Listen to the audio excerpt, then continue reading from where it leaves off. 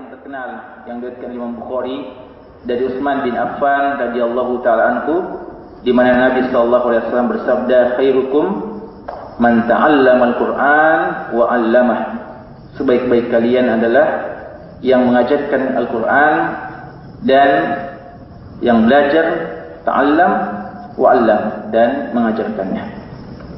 Dan ini memang satu konsekuensi, ya, atau dua hal yang tidak boleh terpisah, antara belajar dulu, tidak mungkin mengajar sebelum belajar, ta'allum, kemudian setelah ta'allum maka kewajiban kita adalah ta'lim, mengajarkan Al-Quran tersebut. Dan ini Nabi SAW katakan khairukum, sebaik-baik kalian. Walaupun kita mesti memahami hadis-hadis yang semacam ini yang mengatakan khairukum, itu sifatnya tidaklah secara mutlak, karena kata-kata khairukum ini disebutkan oleh Nabi SAW dalam banyak kesempatan.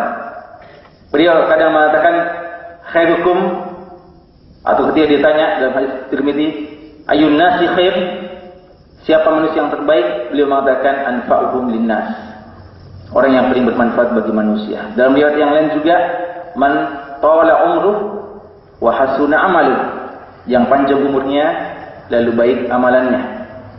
Dan banyak hal yang seperti ini, khairukum khairukum khairukum khairukum khairukum li ahli wa ana khairukum li ahli. Sebaik-baik kalian yang paling baik hubungannya atau muamalahnya dengan keluarganya, dan saya adalah orang yang terbaik dengan keluarga saya.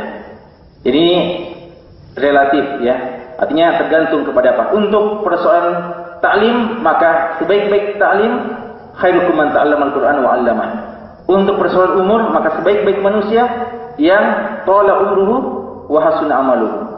Untuk muamalah dengan manusia, maka sebaik-baik manusia adalah yang paling banyak manfaatnya kepada manusia. Untuk persoalan keluarga, maka yang terbaik adalah mereka yang paling baik perilakunya, sikapnya dengan istrinya, dan seterusnya.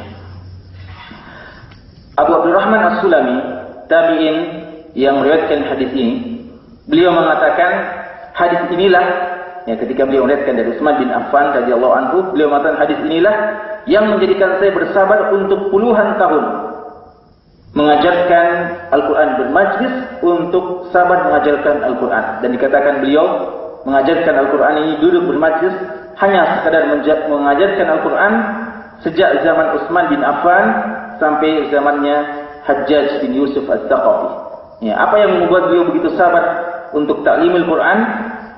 Jawabannya hadis ini yang beliau riwayatkan dari Utsman bin Affan, yang Utsman bin Affan radhiyallahu anhu meriwayatkan dari Rasulullah sallallahu alaihi wasallam.